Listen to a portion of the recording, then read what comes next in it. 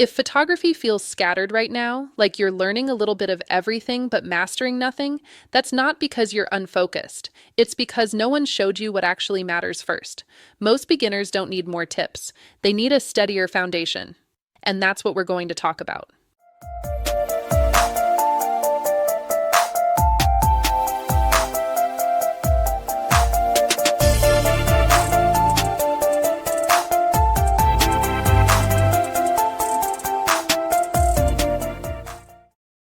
When people hear the word foundations, they usually think of basics. Settings, rules, technical stuff you're supposed to get out of the way. That framing is part of the problem. Foundations are not something you rush through so you can get to the good part. Foundations are the good part. They're what make photography feel calmer instead of chaotic. Most beginners don't struggle because photography is too hard. They struggle because they're trying to build on something unstable. They're learning advanced ideas on top of shaky ground. And that makes everything feel fragile. Like one wrong setting will ruin the whole thing. Foundations are not about memorizing everything. They're about understanding what deserves your attention right now. Photography has a lot of moving parts, but not all of them matter at the same time. The problem is that most learning resources don't tell you that. They hand you everything all at once, so beginners try to hold everything at once. And that's exhausting. Foundations are about narrowing, about deciding what not to focus on yet. That alone brings relief. Another misunderstanding is that foundations are boring. They're not. They're stabilizing. They remove guesswork. They reduce decision fatigue. When foundations are solid, photography stops feeling like constant problem solving. It starts feeling intuitive. But intuition doesn't come from guessing. It comes from familiarity. And familiarity comes from repetition. Foundations are the things you repeat. Not once, not twice, but until they feel automatic. Another reason foundations get skipped is because they don't look impressive. They don't produce dramatic before and after results overnight. They don't give you something flashy to post. So people rush past them. But what foundations do give you is confidence that lasts, not loud confidence. Quiet confidence. The kind where you're not panicking every time lighting changes. The kind where you're not frozen when something unexpected happens. The kind where you can adapt. That adaptability is built early, not later. Another thing beginners misunderstand is that foundations are not genre-specific. They're universal. Light behaves the same way whether you're photographing people, landscapes, pets, or objects. Distance affects perspective everywhere. Timing matters in every situation. When beginners jump between genres too fast, foundations don't get a chance to settle. Everything feels new all the time. That's not growth, that's overload. Foundations benefit from staying in one lane for a bit, not forever. Just long enough for your brain to recognize patterns. Pattern recognition is what turns effort into ease. Another reason foundations feel unclear is because people confuse tools with understanding. You can know what a setting does without knowing when to use it. You can memorize camera functions without knowing how they work together. Foundations are about relationships, how one decision affects another, how light interacts with distance, how timing interacts with movement. That understanding can't be rushed. It has to be felt, which means you need space to practice without pressure. Another thing that helps foundations stick is reducing stakes. If every photo feels like it needs to be good, learning slows down. Foundations grow best when photos are allowed to be ordinary. Practice photos, messy photos, photos that exist only to teach your hands something new. That's how muscle memory forms. That's how confidence grows quietly. Another misunderstanding is thinking foundations mean staying basic forever. They don't. They're what allow you to grow later without stress. When foundations are weak, advanced techniques feel overwhelming. When foundations are strong, advanced techniques feel logical. They click faster, they stick longer. Foundations are not about limiting creativity. They support it. They free you from constantly second-guessing yourself. Another reason beginners struggle here is because they don't know when they've learned enough to move on. Foundations don't have a finish line. They deepen over time. You don't complete them, you revisit them. That's normal. Experienced photographers still return to foundations regularly, not because they forgot, but because foundations adjust as your eye sharpens. Another thing worth saying clearly is that foundations are personal. Not every beginner needs the same emphasis. Some people need more time with light, some need more time with timing, some need more time just feeling comfortable holding the camera. All of that counts. There's no single correct path, but there is a calmer path, one where you focus on fewer things, one where you let skills layer naturally, one where photography stops feeling like a constant test. Foundations give you permission to slow down, to stop chasing everything, to trust that learning can be steady instead of frantic. If photography has felt scattered so far, that doesn't mean you missed something. It means it's time to simplify. And simplification is not stepping backward, it's how you move forward without burning out. What actually helps foundations settle is knowing which ones matter first, because not everything deserves equal attention at the beginning. A lot of beginner frustration comes from trying to balance things that don't need balancing yet. So let's simplify. The first foundation that matters is seeing light, not controlling it, not shaping it, just noticing it, where it's coming from, how strong it is, whether it's soft or harsh, how it changes when you move. Beginners often rush past this because it feels passive, but seeing light is active learning. It trains your eye before your hands need to respond. When you start noticing light without the pressure to fix it, photography slows down. You stop reacting blindly, you start anticipating. That alone reduces stress. The second foundation is distance. Not lenses, not zoom ranges, distance. How far you are from your subject changes everything. Perspective, compression, background. How intimate or distant a photo feels. Beginners often adjust settings when the real solution is taking 2 steps forward or back.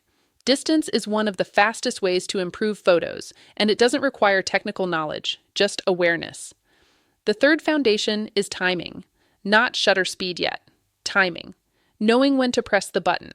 Photography is less about capturing things, and more about recognizing moments. Beginners often shoot continuously because they're afraid of missing something. That creates noise. When you slow down and wait, timing improves naturally. You start to feel moments instead of chasing them. That instinct takes time, but it starts early. Another foundation that matters early is comfort with your camera, not mastery. Comfort.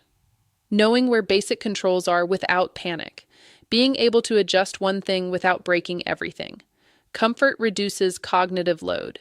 When your hands are calmer, your eye improves faster. You don't need to know every menu, you just need familiarity. Another foundation that matters is exposure awareness, not exposure perfection. Understanding that light can be too much or too little. Understanding that adjustments affect each other. You don't need perfect settings yet, you need cause and effect. If this changes, that changes. That understanding stabilizes learning. Another early foundation is staying in one mode long enough to learn something. Jumping between modes can feel productive, but it often resets learning. Staying in one place builds familiarity. Familiarity builds confidence. Confidence reduces overwhelm. Another thing that matters early is keeping practice contained. Same location, same subject type, same time of day. That consistency removes variables. When fewer things change, learning speeds up. You don't need variety yet, you need repetition. Another important foundation is permission to make bad photos on purpose. Practice without expectation. Practice without sharing. Practice without judgment. This is where learning accelerates, because your nervous system is not under threat. Another thing beginners benefit from is separating learning sessions from shooting for results sessions. Learning sessions are slow, intentional, focused on one thing. Result sessions are freer, creative. Not every shoot needs to teach, and not every shoot needs to produce. That separation helps you stay motivated. Another foundation that matters early is understanding that improvement is uneven. Some days feel better, some days feel worse. That doesn't mean you're regressing, it means skills are reorganizing. Trusting that process reduces panic. Another thing that helps is choosing one voice to follow. Too many teachers create conflict, not because they're wrong, but because they're speaking to different stages. One steady voice creates continuity. Continuity helps foundations stick. Another foundation that matters early is learning to pause. Pause before shooting. Pause before changing settings. Pause before assuming something went wrong. That pause is where learning happens. It's where you connect cause and effect. It's where photography becomes thoughtful instead of reactive. Another helpful shift is realizing that foundations don't expire. You don't outgrow them. They deepen. They adjust. They support everything else later. Beginners who build foundations calmly don't feel lost later. They feel adaptable. Another thing that helps is not trying to fix everything in one session. Choose one intention, one question, one thing to notice. That's enough. That's how learning stays manageable. Another foundation that matters early is trusting that clarity comes from doing, not consuming. Watching content can inspire, but doing is what teaches. Foundations grow through hands-on repetition, quietly, over time. Another thing that helps is remembering that foundations are invisible progress. You won't always see them right away, but you'll feel them in how calm you are, in how quickly you adjust, in how confident you feel walking into a situation. That matters. And finally, one of the most important foundations is learning order. Not learning everything, but learning the right things at the right time.